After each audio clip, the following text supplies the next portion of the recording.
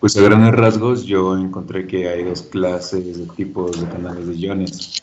Ajá, Como nos había mencionado en la clase pasada, están los que son de compuerta, que esos, ok, como su propio nombre los dice, va a tener una compuerta para impedir el paso de iones y solo se van a abrir en caso de que lo requieran. correcto. Y después van a estar los de fuga, que esos siempre van a estar abiertos, son como tal un poro, pero a pesar de que siempre Exactamente. están abiertos, tienen mecanismos para permitir el paso de ciertos iones. Correcto, muy bien. Entonces, sí, lo que vamos a, como ya dijeron, es los canales iónicos, pues van a ser proteínas, ¿ok? ¿Qué tipo de proteínas? Pues van a ser proteínas integrales, transmembrana. ¿Su función cuál va a ser? Ser transportadores. ¿De quién? Pues de los iones, ya sean cationes o aniones. Como bien dijo su compañero, pues va a haber de dos tipos. Con compuerta, que pueden abrir y cerrar, y sin compuerta. Si yo le quito la puerta a mi casa, pues puedo entrar y salir, tanto yo como todo el mundo, sin mayor problema. Entonces los de compuerta no abren ni cierran, pero como bien dijo también su compañero, tienen algunos mecanismos para permitir el paso solo de ciertas moléculas o partículas. Bien, entonces vamos a empezar. ¿Verdad? Ok.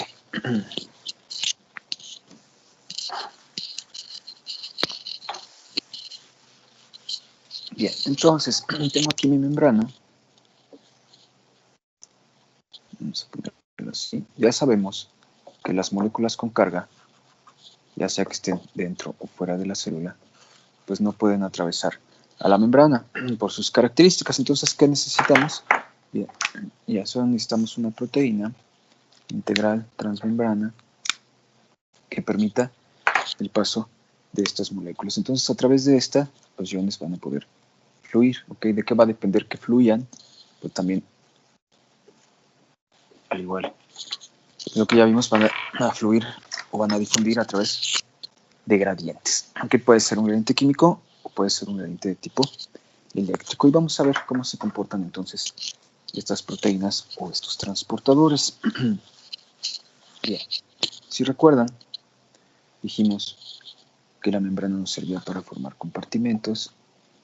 ¿Ok? Teníamos el intra y el extracelular. Y el extracelular lo dividimos en intersticial y plasma. Y dijimos que esto servía pues para mantener diferentes características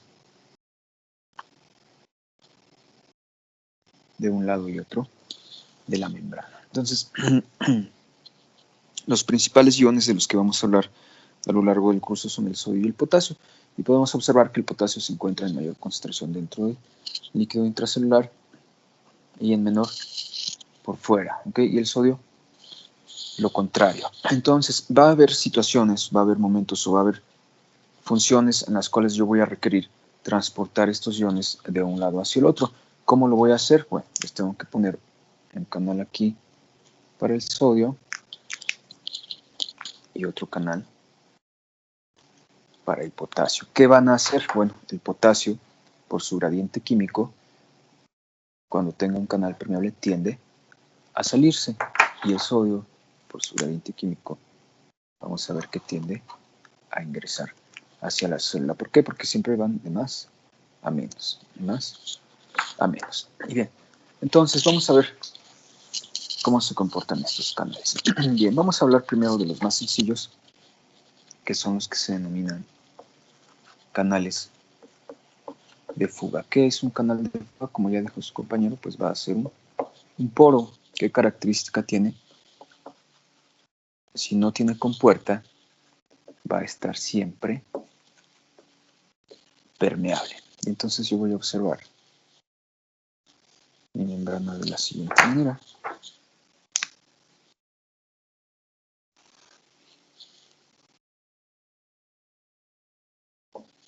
¿Okay?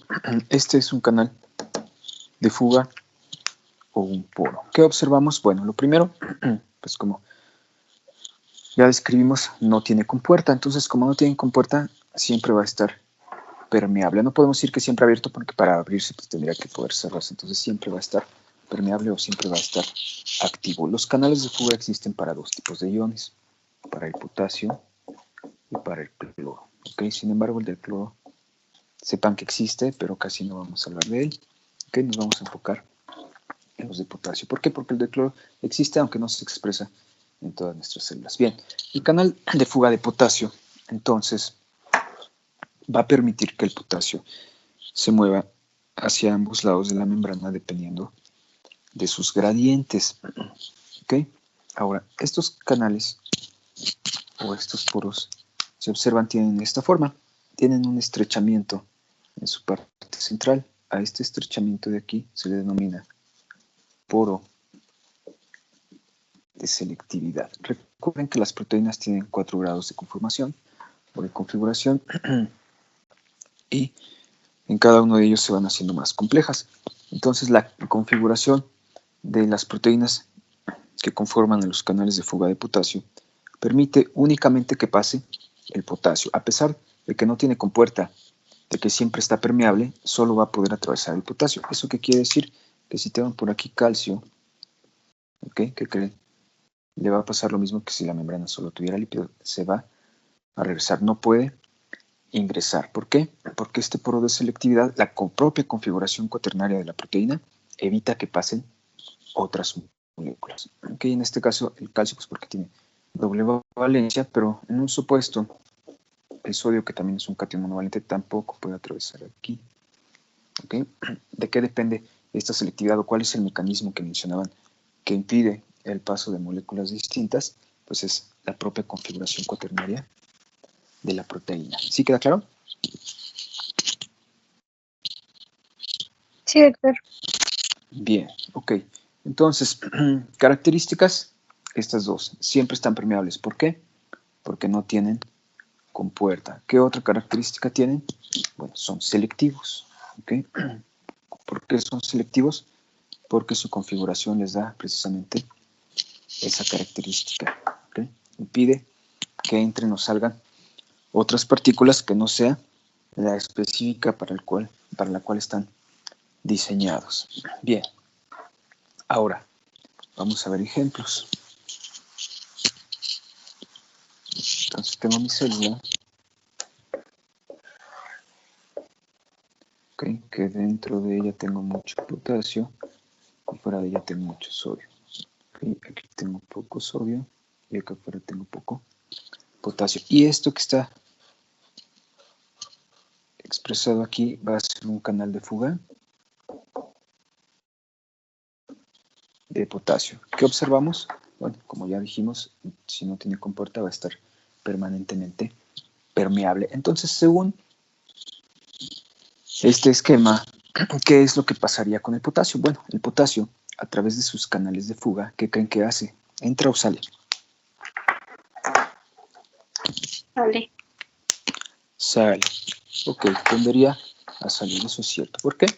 Porque tengo aquí adentro aproximadamente 140 mil equivalentes por litro y afuera tengo de 3 a 6 mil equivalentes por litro. Entonces, por gradiente químico, el potasio tendería a salir.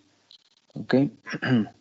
¿Hasta cuándo? Pues hasta tener más o menos 73 mil equivalentes aquí y 73 mil equivalentes acá. Recuerden que la difusión se da de donde tengo una mayor concentración o donde tengo una menor, hasta que estas se igualen. Sin embargo, ¿qué creen? Los valores plasmáticos normales de un sujeto pues son precisamente estos, de 3 a 6, en promedio 5 mil equivalentes por litro. Y un sujeto que tenga mayor o igual a 9 mil equivalentes por litro de potasio en su sangre, ¿qué creen que le va a pasar? Lo más seguro es que se muera, va a tener muchas complicaciones. No toleramos altos niveles de potasio en nuestro plasma, ¿okay? Nos va a provocar diferentes alteraciones, entre ellas alteraciones del ritmo y la conducción cardíacas. Entonces no me puedo esperar a que el potasio de mis células difunda hasta igualar la concentración, no me debo de pasar de este rango. Entonces, ¿qué creen que pasa con los canales de fuga? ¿Los puedo cerrar para que no se salga el potasio? No. No, porque ya dijimos que siempre van a estar permeables.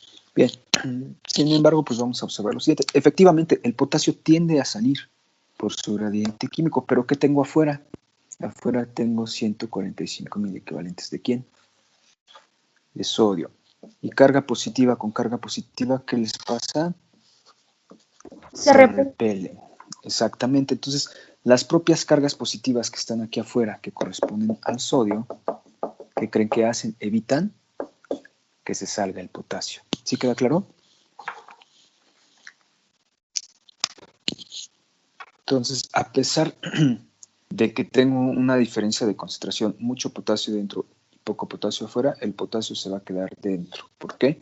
Porque las cargas positivas del sodio evitan que se salga. Y además, recuerden, el viernes hablábamos de las presiones. ¿Qué es la presión coloidosmótica? La presión intravascular. La presión que generan las proteínas en el compartimento intravascular, que evita la ósmosis. ¿Y qué es la presión oncótica?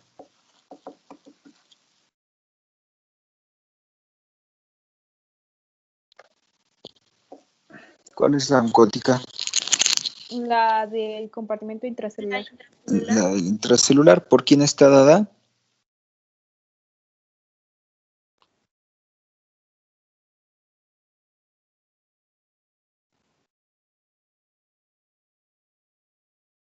¿Quién determina la presión oncótica, chicos? También las proteínas. Claro, también las proteínas, las que están de forma intracelular. Y si nos vamos un poquito más atrás en las clases, ¿qué característica dijimos que tenían las proteínas que impedía que atravesaran las membranas? Tienen dos, ¿cuáles son? Tienen carga negativa y tienen alto peso Exactamente, molecular. y tienen alto peso molecular. Entonces aquí adentro de mis células yo voy a tener una gran cantidad de proteínas, perfecto, que tienen alto peso molecular. Eso quiere decir que no se pueden salir. Obviamente no van a poder pasar a través de un canal de fuga. Y además, entonces no, como no se pueden salir y tienen carga negativa, negativo y positivo, ¿qué hacen? Se atrae. Se atraen. Entonces las cargas negativas de estas proteínas que abundan en el medio intracelular atraen a las cargas positivas del potasio. Y tenemos dos mecanismos que evitan que el potasio se salga. Uno, que la carga positiva del sodio que está en el medio extracelular repele al potasio y hace que se quede adentro. Y la carga negativa de las proteínas que están en el medio intracelular atrae al potasio y hace también que se quede adentro. Entonces, ¿qué creen que va a pasar a través de los canales de fuga? ¿Qué creen que sucede?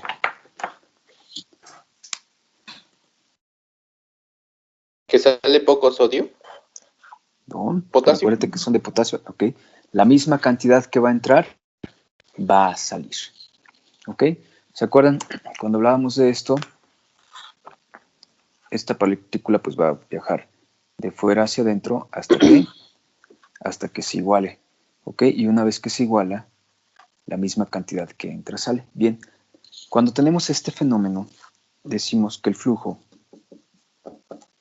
o la tasa de flujo, es igual a cero. ¿Qué quiere decir? No quiere decir que no estén fluyendo o que no se muevan. Quiere decir que es lo mismo en un sentido que en el otro. Y en el caso del potasio, a través de sus canales de fuga, yo tengo una tasa de flujo de cero, la misma cantidad que entra sale, a pesar de tener una diferencia de concentración o un gradiente químico. ¿Por qué? Porque aquí ya están influyendo otros factores, la carga de las proteínas y la carga del sodio. Entonces aquí ya hablo de un gradiente electroquímico. Entonces los canales de fuga, ¿para qué me van a servir? Me van a servir para que el potasio pueda entrar y salir de forma libre. ¿Sí queda claro?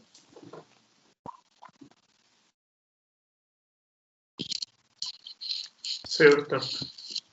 Bien, vamos a ver un poco más adelante la importancia de esta función cuando hablemos de los potenciales. El potencial de membrana en reposo tiene mucho que ver con la presencia de los canales de fuga de potasio. Pero ahorita que hablamos solo de los canales, entonces recuerden, los de fuga existen para el potasio y el cloro.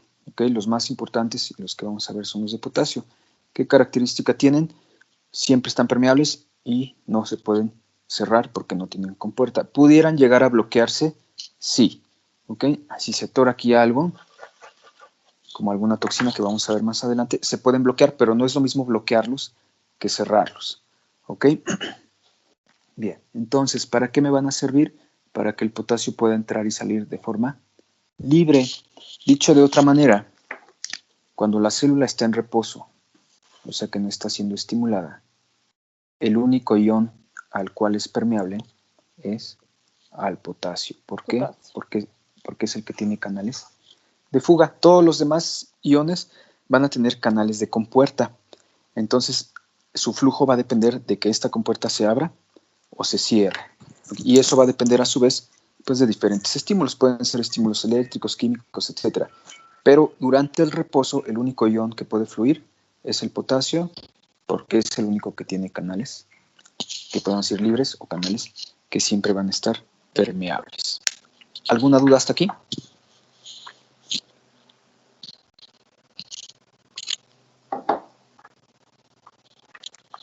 No, doctor.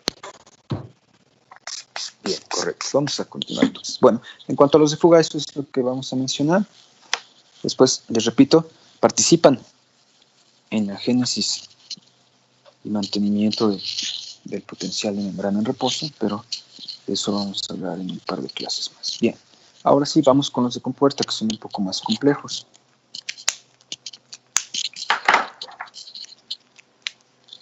Bien, canales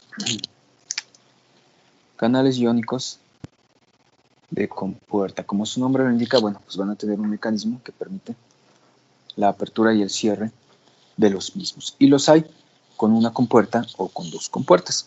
Bien, entonces, características, pues pueden abrir, que le denominamos estado activo, o pueden cerrar, que va a ser un estado inactivo o de reposo. Vamos a ver cuándo es inactivo y cuándo es de reposo. No son sinónimos, pero a veces van a estar, cuando están cerrados pueden estar en inactivación o en reposo. Y esta activación o esta apertura depende de estímulos. ¿Okay? ¿Qué quiere decir?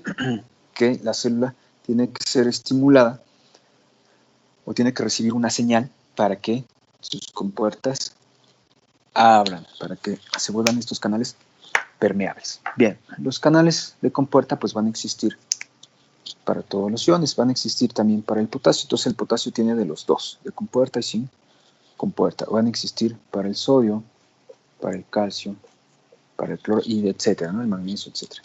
Pero bueno, estos son los principales y son de los que participan en todos los mecanismos que vamos a ver a lo largo del curso, por eso son los que listo aquí. Bien, entonces, todos estos van a tener, ¿qué tipo de estímulos son los que van a activar a los canales? Bueno, pues los hay de diferentes tipos. Tenemos canales iónicos de tipo mecánico. ¿Qué quiere decir? Que si yo hago presión o genero movimiento, las compuertas abren o cierran. Un ejemplo de esto es en el oído interno. Ahorita vamos a ver cómo funciona. ¿Qué otros tenemos? Tenemos canales iónicos, voltaje dependientes. ¿Ok? Estos los vamos a tener básicamente en todos los tejidos excitables, en las neuronas, en el sistema de conducción cardíaco, en el músculo estriado-esquelético, en el músculo liso, etcétera, etcétera, en las glándulas, etcétera. Aquí, por ejemplo, pues voy a poner a las neuronas. ¿Qué pasa con los canales iónicos voltaje dependientes? Deben de tener un cambio en su potencial de membrana en reposo. Puede ser una despolarización, que el voltaje suba, o una hiperpolarización, que el voltaje baje, y eso me va a provocar un cambio en las compuertas, que estas se abran o que estas se cierren. ¿Okay? ¿Qué otros tenemos? Tenemos canales iónicos ligando dependientes. ¿Okay? Estos también los vamos a encontrar en las neuronas y son los que responden, por ejemplo, a los neurotransmisores. Ligando dependiente quiere decir que requiere de una señal química, o sea que se va a pegar una molécula a esa proteína y en ese momento se abre o se cierra. Ejemplo, todos los neurotransmisores. Para que nosotros podamos movernos, nuestro músculo requiere captar de dos moléculas de acetilcolina. ¿Okay? Una vez que se pega la acetilcolina, se va a abrir un canal iónico, ligando dependiente, que va a permitir la entrada de sodio al músculo, y ya después vamos a ver todo el mecanismo por el cual se da la contracción. Entonces, mecánicos, a través de tacto, presión o movimiento. Voltaje dependientes, cambios en el potencial de membrana, ya sea hacia positivo o hacia negativo. Ligando dependientes requieren de una señal de tipo química. ¿Ok? Y tenemos también pues otros como los lumínicos, que son, o los térmicos. ¿Ok? Como su nombre lo indica, pues van a depender de cambios en la temperatura. Los hay para altas temperaturas y bajas temperaturas, o sea, para el calor y para el frío.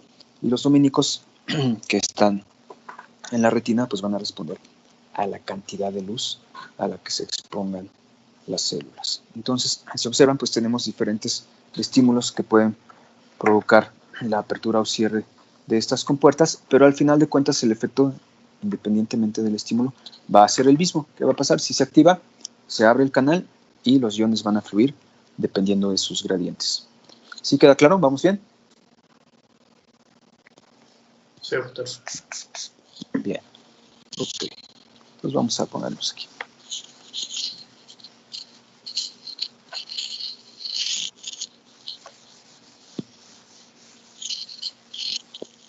Bien, entonces vamos a poner algunos ejemplos. Por ejemplo, canales mecánicos. Y vamos a ver lo siguiente.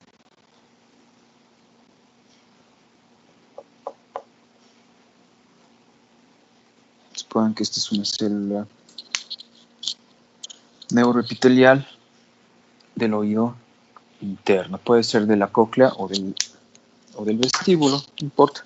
Vamos a ver cómo funcionan. Funcionan de la misma manera. Entonces estas células neuroepiteliales van a expresar aquí en su extremo apical canales de potasio de tipo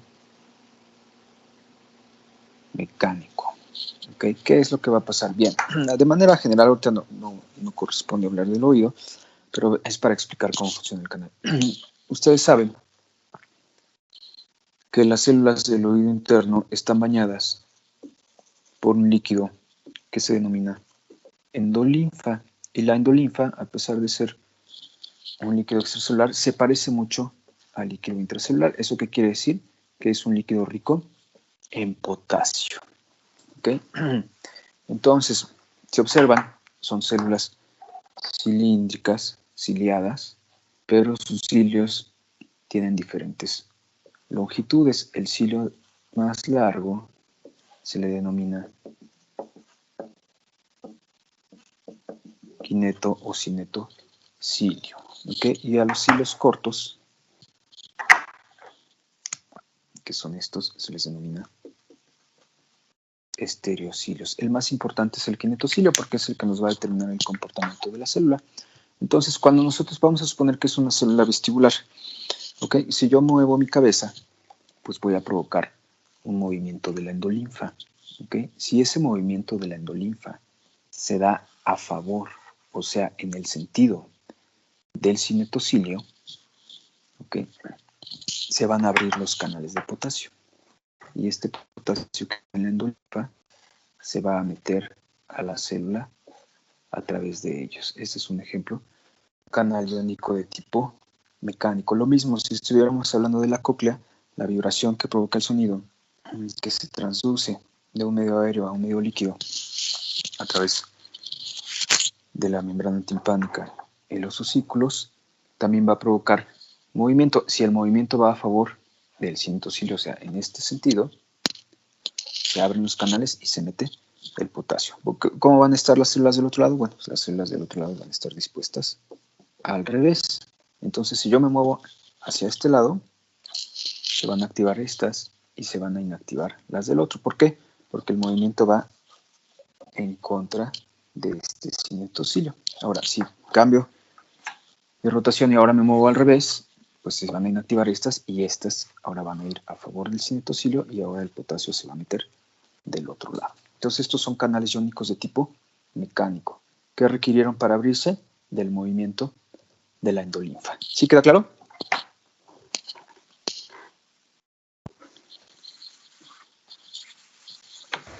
Sí. Bien, ahora vamos a ver otros ejemplos. Canales voltaje dependiente. No, los voltajes los dejamos al final. Ligando dependientes.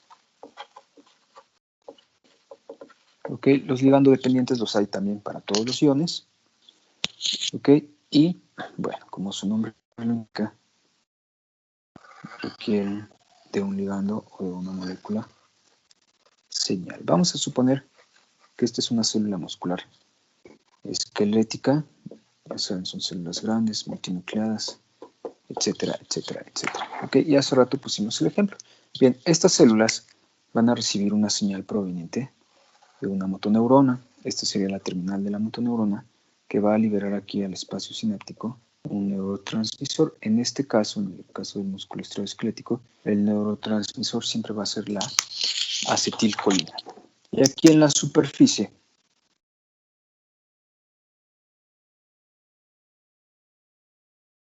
de mi célula muscular yo voy a tener un canal iónico de compuerta. ¿Qué es lo que va a pasar? Bien, ya se da el estímulo en la médula espinal, etcétera. Después vamos a ver eso. Se libera el neurotransmisor por esta terminal y se tienen que pegar dos moléculas de acetilcolina a este receptor. Una vez que se pegan esas dos moléculas, se abre la compuerta y se vuelve permeable. Y este canal va a ser permeable al sodio. Se va a meter el sodio y eso me va a provocar un incremento en el voltaje. Este es el ejemplo de un canal iónico de tipo ligando dependiente. Este ejemplo es característico porque requiere de este detalle de que se le peguen dos moléculas. A la mayoría de los otros canales iónicos, solo que se les pegue una es más que suficiente, pero este siempre requiere de dos. Si nada más hubiera una que no fuera suficiente, nunca se va a abrir, no se va a activar, no va a ser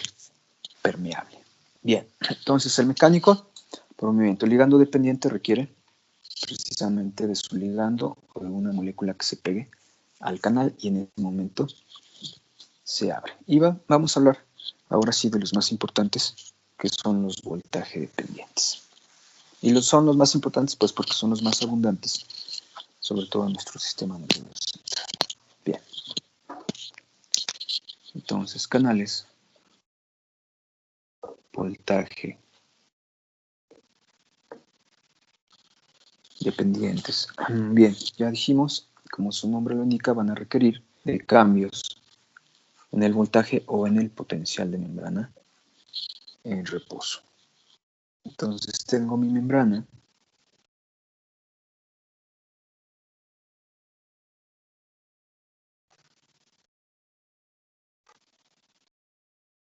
y tengo aquí un canal de compuerta que está cerrado. ¿Qué requiero para que se active? De aplicar aquí un estímulo. ¿Qué tipo de estímulo tiene que ser? Si es un canal voltaje dependiente, el estímulo tiene que ser eléctrico. Entonces aplico aquí un estímulo eléctrico a mi membrana y ¿qué es lo que va a pasar? Se abre el canal y me va a permitir el flujo de los iones en uno u otro sentido dependiendo de su gradiente. ¿Okay? Sin embargo, aquí vamos a ver más detalles. ¿Por qué? Porque varían las características de los canales voltaje dependientes. Todos los que mencionamos previamente, los mecánicos y los de ligando, tienen una sola compuerta, pero los voltaje dependientes, vamos a ver que hay unos con una y hay otros con dos. Entonces vamos a ver los ejemplos. Bien.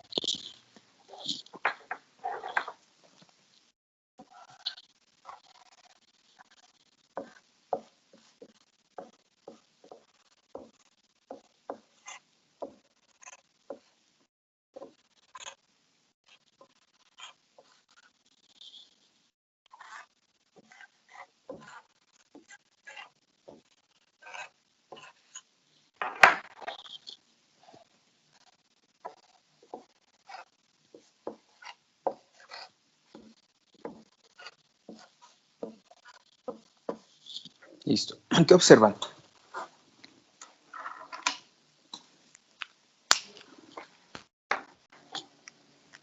Que en los de arriba tiene dos compuertas y en el de abajo en el de abajo solo tiene una interna y en la parte izquierda está cerrada y en la derecha está abierta.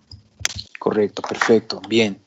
Muy bien, exactamente. Okay. El de arriba tiene dos compuertas, una externa y y una interna. Acuérdense, siempre arriba es externa y abajo es interna. ¿Ok? Y el de abajo tiene nada más una compuerta interna. ¿Ok? Pero el número de compuertas nos indica también el número de estados en los que puede estar el canal. Entonces, el de arriba es un canal de sodio de tipo voltaje dependiente. ¿Ok? Y el de abajo es un canal de potasio de tipo voltaje dependiente. ¿Qué observo? Pues que son diferentes. El de sodio va a tener 2 compuertas y tiene 3 estados. ¿Ok? Se observan, en este no está permeable, pero está cerrada la de afuera. En este no está permeable, pero está cerrada la de dentro. Y en este sí está permeable. ¿Ok? Y el canal de potasio voltaje dependiente tiene una sola compuerta y tiene solo 2 estados. O está cerrada o está abierta. Y de esto es muy importante para que podamos entender más adelante el potencial de acción y los periodos refractarios y algunos otros mecanismos como la transmisión de impulsos. ¿Por qué? Porque van a depender del comportamiento de estas compuertas. Entonces, al primer estado del canal de sodio voltaje dependiente le vamos a denominar reposo. ¿Cómo se describe un canal de sodio voltaje dependiente durante el reposo? Con la compuerta externa cerrada y la compuerta interna abierta. Y después, ¿qué tengo que hacer? Pues tengo que aplicarles un estímulo. Para salir del reposo tengo que aplicar un estímulo. ¿Qué pasa cuando aplico ese estímulo?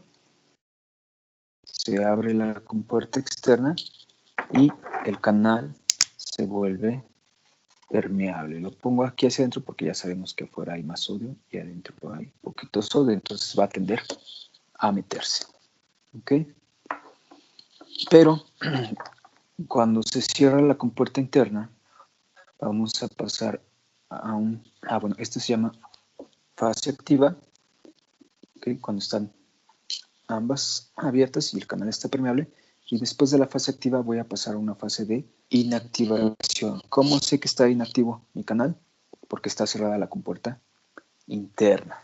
Entonces, cuando hablemos del canal de sodio y voltaje dependientes, voltaje dependiente, si me dicen que está abierto o cerrado, pues está mal. ¿Por qué? Porque abierto se entiende claramente, pero si me dicen que está cerrado, yo no sé si está cerrado en reposo o si está cerrado en inactivación, y son muy diferentes sus comportamientos. Cuando está en reposo, si le aplico un estímulo, se va a activar, pero cuando está inactivo, por más estímulos que yo le aplique, no va a haber manera de que nuevamente se abra. Tiene que regresar primero al reposo y después pasar a la activación. Entonces, no es correcto hablar de estados abierto y cerrado, en general para ningún canal, pero mucho menos para el de sodio y voltaje dependiente. Aquí se me dice abierto y cerrado, bueno, pues no hay más opciones, pero en este sí. Entonces, reposo cuando está cerrada la externa, activo cuando está permeable e inactivo cuando está cerrada la compuerta interna, que también precisamente se le puede llamar compuerta de inactivación. ¿Okay? Y vamos a ver que es muy importante la presencia de esta. Y bien, con el de potasio, ¿qué sucede? Aquí vamos a estar en reposo y si yo aplico un estímulo, pasa a su forma activa. Y en el momento que pasa a su forma activa, el potasio tiende a salir de la célula. ¿Sí queda claro? Sí. Bien, ok. Bueno, lo mismo va a pasar con el resto de los iones. Ok, si observan aquí hay un detalle muy interesante. La compuerta del canal de potasio está del lado intracelular. ¿Por qué? Porque la mayor concentración de este ion está del lado intracelular. Pero para el cloro y el calcio,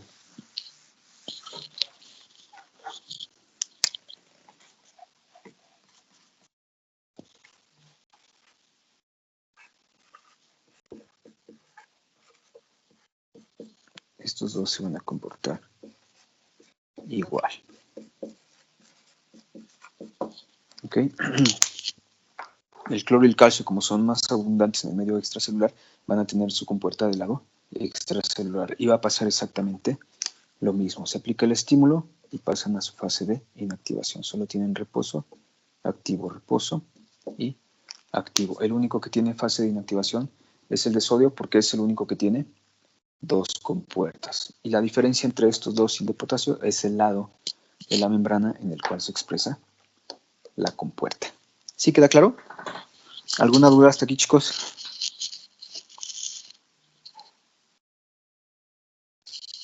No, doctor. No. Bien. Ok, entonces, ¿qué podemos decir de los canales iónicos? Bueno, pues me van a permitir el paso de moléculas que en condiciones normales no podrían atravesar a la membrana. Lo van a hacer, ojo, a favor de gradiente. Ya hablamos un poquito sobre las bombas. Las bombas también transportan iones. Ya vimos que las P y las FB transportan iones, pero lo van a hacer en contra de gradiente, entonces no son consideradas canales iónicos. Las bombas son bombas. Bien, ahora, bueno, ya que mencionamos esto, pues vamos a avanzar un poquito, todavía es temprano, y vamos a pasar al siguiente punto, que son los potenciales. Y los potenciales, pues están muy relacionados con el comportamiento o con el flujo o con la difusión de los iones. Y existen diferentes tipos de potenciales, pero antes de eso, díganme, ¿qué es un potencial?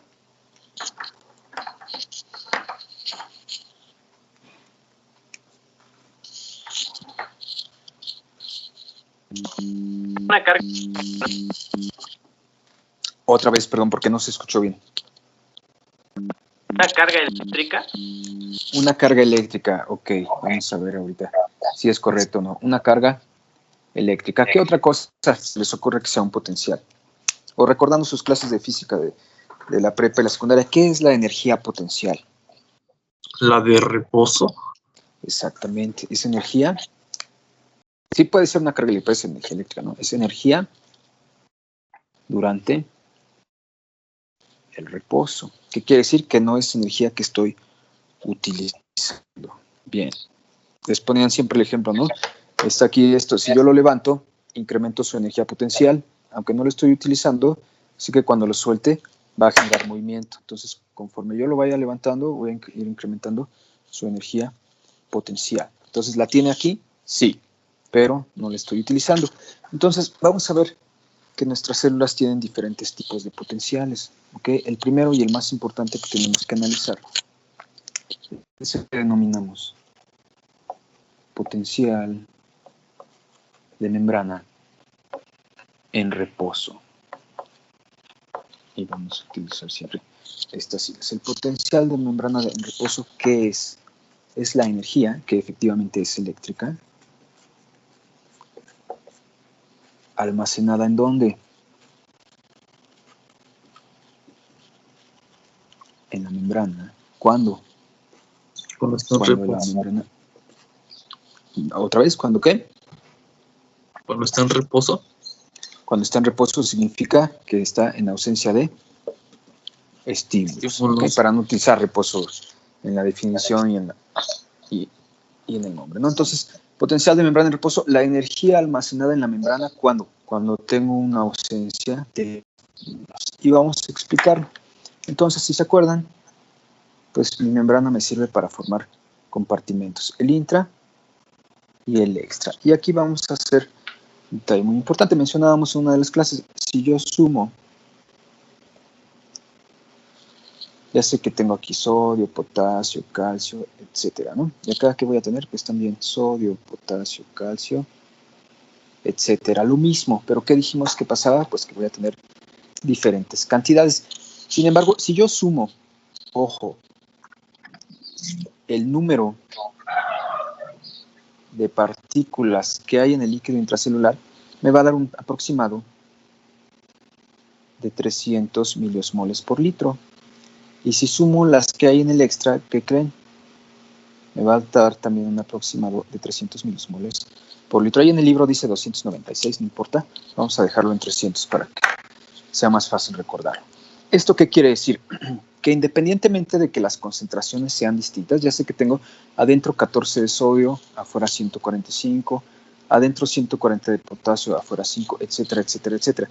Okay, si yo sumo el total del número de partículas, me da 300 adentro y 300 afuera. Esto es muy importante porque mencionábamos en otra de las clases un fenómeno que se denomina equilibrio hídrico. ¿Qué pasa si yo tuviera aquí 350? ¿Qué voy a hacer?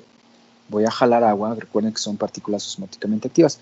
Voy a jalar agua hacia dentro de mi célula y esta va a comenzar a hincharse. Vamos a suponer al revés, que ahora le voy a poner 500 afuera. ¿Qué va a pasar? Le voy a sacar el agua a la célula y recuerden que esta se va a deshidratar y va a disfuncionar. Entonces, el equilibrio hídrico depende precisamente de un equilibrio en la osmolaridad de ambos compartimentos. Aunque tenga diferentes concentraciones de cada uno de mis solutos, en conjunto van a dar la misma suma, 300 adentro y 300 afuera. Eso me permite mantener la misma cantidad de agua también en ambos compartimentos, lo que explicábamos cuando poníamos el ejemplo del vasito, ¿no? ¿Qué pasaba si le pone aquí? Pues comienzo a jalar agua, sube el nivel acá y baja el nivel del otro lado. Entonces lo mismo sucede con las células. Okay. Entonces esto es muy importante recordar, la osmolaridad del líquido intracelular tiene que ser igual a la del líquido extracelular y eso me permite mantener a mi célula. Pero hay un detalle muy importante, entonces si sumo el número de partículas, siempre me va a dar lo mismo. Pero ¿qué pasa si sumo el número de cargas? ¿Qué creen? Entonces está aquí otra vez, ¿no? Ya sodio, potasio, cloro, bla, bla, bla. Si yo la sumo me va a dar 300 aquí y 300 acá. ¿Hablando de qué? De osmolaridad. Pero ¿qué pasa si sumo las cargas? Ahí sí. Si yo sumo las cargas, ¿qué creen?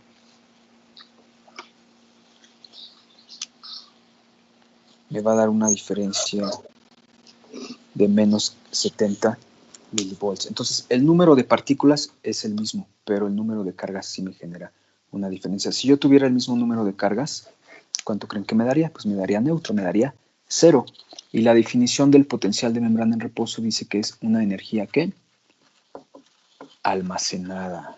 Y si yo tuviera 0, pues no tendría nada de energía. Entonces tengo que crear esa energía eléctrica.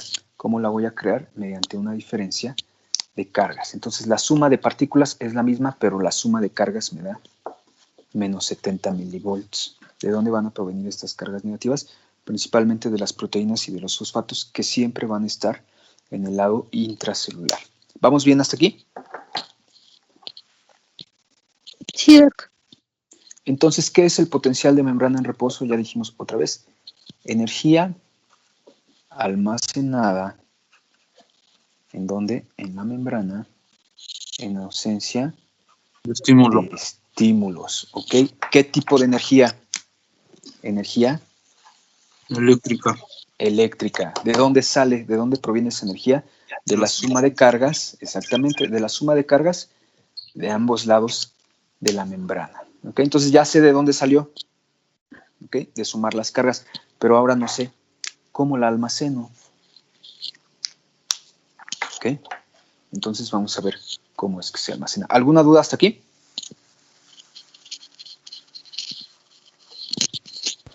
No. Bien. Ok, entonces ya sé qué es. Es una energía de tipo eléctrico y ya sé de dónde salió, de sumar las cargas. ¿Cómo la voy a almacenar? Bueno, entonces vamos a poner aquí mi membrana. Ok. Y yo sé que del lado intra tengo proteínas con carga negativa, fosfatos con carga negativa y potasio con carga positiva. Y por fuera, ¿qué tengo? Sodio con carga positiva, nada más. ¿Ok? Entonces, recuerden, del sodio tengo 145 y de potasio tengo 140. ¿Ok? Si yo sumara estos dos, pues tendrían 5 mil equivalentes de diferencia o 5 cargas positivas de diferencia. Pero si le sumo ya todas estas, pues es por eso que se da la tendencia hacia lo negativo. De estos dos van a depender los menos 70 milivolts. Aquí hago un paréntesis. Los potenciales de membrana en reposo de todas nuestras células van entre menos 40 y menos 110. En promedio, menos 70. Por eso utilizamos este valor. Pero vamos a encontrar células que están un poco más positivas, con tendencia hacia el 0, y otras más negativas que están hiperpolarizadas. En promedio es este, ¿ok? Se encuentran en el libro, la célula tiene menos 55, sí. Ni estamos diciendo mentiras nosotros ni el libro. es un rango, ¿ok? Dependiendo del tipo de célula o del tipo de tejido del que estemos hablando, pues pueden estar más positivas o más negativas. Bien, pero en promedio para las neuronas, pues vamos a utilizar el valor de menos 70. ¿De dónde sale? De la suma de esto, ¿ok? No pongo el calcio y el cloro porque son concentraciones ínfimas que básicamente no van a influir en esto, ¿ok? Pero esta sí. Entonces es energía de tipo eléctrico negativa proveniente de la suma de esto. ¿Okay? Estos dos pues básicamente se neutralizan y me queda lo negativo de las proteínas y los fosfatos que me va a dar los menos 70 milivolts. Entonces ya sé de dónde sale. Ahora, ¿cómo es que se almacena? Bueno, volvemos otra vez a la ley de cargas. Positivo y negativo, ¿qué hacen?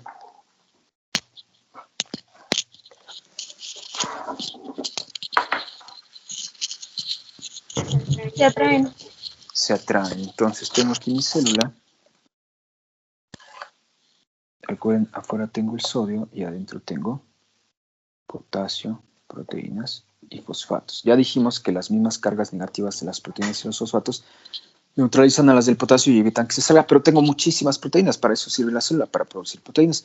Entonces, las cargas negativas de estas proteínas y fosfatos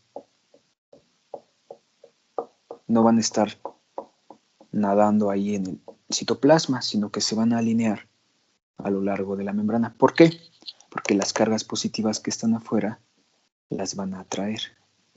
Entonces, así es como se almacena la energía en la membrana, mediante un fenómeno de atracción de cargas. Si recuerdan sus clases de histo, pues las membranas son muy delgadas. En promedio tenemos membranas de 7 nanómetros. Entonces, como son tan delgadas, pues van a permitir que las cargas se atraigan. Nunca se van a juntar. ¿Por qué? Porque la membrana, por sus características lipídicas, funciona como un aislante. No va a permitir que se junte el positivo con el negativo, pero no impide tampoco que se atraigan. ¿Sí queda claro?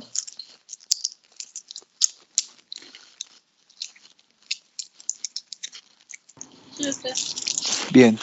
Aquí como un ejemplo muy sencillo, les voy a poner aquí. Tenemos un imán, ¿ok? Que se adhiere aquí al pizarrón. Tengo atracción de cargas. Si yo pusiera, por ejemplo, esto aquí, no evita que se atraigan, ¿ok? Entonces pueden atraerse las cargas, aunque no se van a juntar, se atraen. Entonces esto funcionaría como la membrana, permite que se atraigan, sin embargo, no se neutralizan. Entonces, ¿cómo es que ya sé que es energía de tipo eléctrico, ya sé que sale de la suma de cargas del medio intra con el medio extra? ¿Cómo es que se van a almacenar? Si mi membrana tuviera este grosor, pues probablemente estarían nadando por aquí las negativas y por acá, por otro lado, las positivas, porque perderían esa fuerza de atracción. Pero esto tendría la membrana que permite que se atraigan, ¿ok? ¿Alguna duda hasta aquí? No, doctor, todo bien.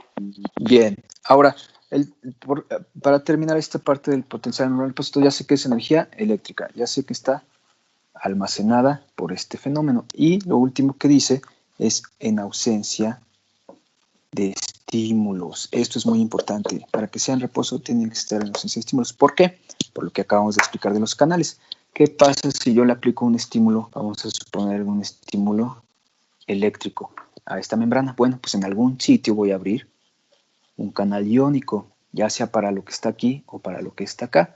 Y en ese momento, a través de ese canal, pues va a entrar o va a salir una de las cargas y ahí sí ya se van a empezar a conjuntar. Pero cuando estén en ausencia de estímulos, los canales ya dijimos que van a estar bloqueados. Bueno, no bloqueados, van a estar inactivos o en reposo, dependiendo del tipo de canal, y voy a impedir el paso de estas cargas. Entonces, para que sea potencial de membrana en reposo, es importante que no haya estímulo. Si el estímulo en vez de ser fuera mecánico o fuera químico, que fuera un ligando, lo mismo, se abriría el canal y permitiría el paso ya sea de aquí o de acá, dependiendo de su especificidad.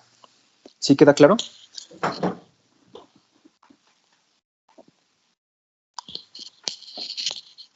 Sí. Bien, entonces el potencial de membrana en reposo se basa en la suma de cargas y en la ausencia de estímulos. Pero ya que mencionamos esta parte, recuerden que vamos a tener aquí a los canales de fuga de potasio, ¿ok? Y durante el reposo, o sea, en la ausencia de estímulos, el potasio dijimos que entra y sale de manera constante y en la misma cantidad. Sin embargo, es mínimo el cambio que provoca. ¿Por qué? Porque recuerden que se repele por las cargas positivas del sodio de afuera y se atrae por las cargas negativas de aquí dentro. Entonces, es mínimo. El potasio durante el reposo no genera cambios, pero hay un detalle muy interesante. El potencial de membrana en reposo depende de los canales de fuga de potasio. ¿Qué hago para que me mantengan estos menos 70 milivolts? Deben de estar presentes. ¿Por qué? Porque si mis organelos empiezan a liberar más potasio aquí adentro, ¿qué creen? Empezaría a acumular cargas positivas y de menos 70 comenzaría a subir hacia el 0. Entonces, si esto llega a suceder, este incremento de potasio se sale. ¿Ok? Ahora, si tuviera una menor cantidad, pues el poco potasio que hay fuera se mete. Entonces, siempre voy a tener un equilibrio de potasio. ¿Cuándo? Durante el reposo. Es muy importante. Esa es la función o la importancia del canal de fuga de potasio, que me permite mantener mi potencial de membrana en reposo de manera estable o constante, o lo más constante. Digo, si de repente pasa menos 50, no va a pasar nada, o menos 71, no pasa nada. Es mínimo el cambio. Y esos cambios se pueden buferear o se pueden tolerar a través de los canales de fuga de potasio. ¿Sí vamos bien? Sí. Bien, entonces, para terminar el día de hoy vamos a ver una cosa que se llama modelo eléctrico de las membranas, que explica de manera esquemática todo lo que acabamos de describir. Entonces, vamos a poner aquí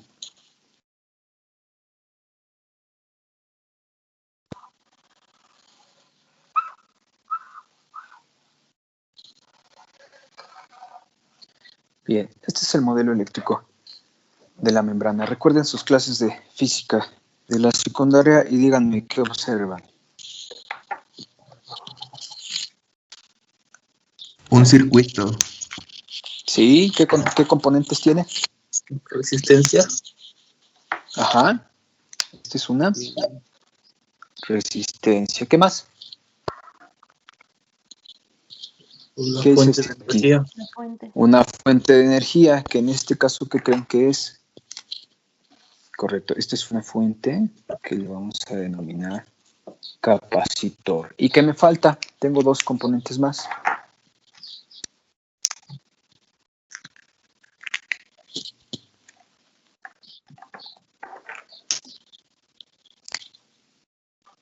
Este es un conductor. Vamos a poner el conductor 1 y este es otro conductor. ¿Estamos de acuerdo? Bien, esto que estamos observando aquí, este circuito se le llama modelo eléctrico de las membranas o de la membrana celular, como le quieran decir. Y tiene precisamente estos componentes. Vamos a analizarlos. Los conductores, pues son aquellos medios a través de los cuales pueden fluir las cargas, ¿ok? En este caso, ambos conductores, pues van a estar formados por agua, ¿ok? Y este conductor va a ser el líquido extracelular y este otro conductor va a ser el líquido intracelular. ¿Qué quiere decir? Que a través de estos líquidos las cargas pueden fluir, ¿ok? Bien, un capacitor. ¿Quién me dice que es un capacitor?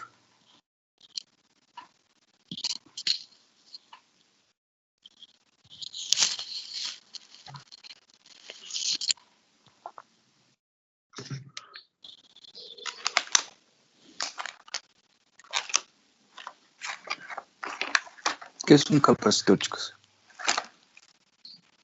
Bueno, se supone que se va a encargar del almacén de la energía eléctrica. Sí, es un dispositivo que me permite almacenar cargas, pero además de almacenarlas, ¿qué les hace? Las separa, ¿ok? Bien, entonces el ejemplo más fácil de un capacitor, pues es una pila, una batería, ¿ok? Que más o menos tiene esta forma, y si se fijan, pues siempre dice aquí más y dice acá menos, ¿sí o no? La pila almacena energía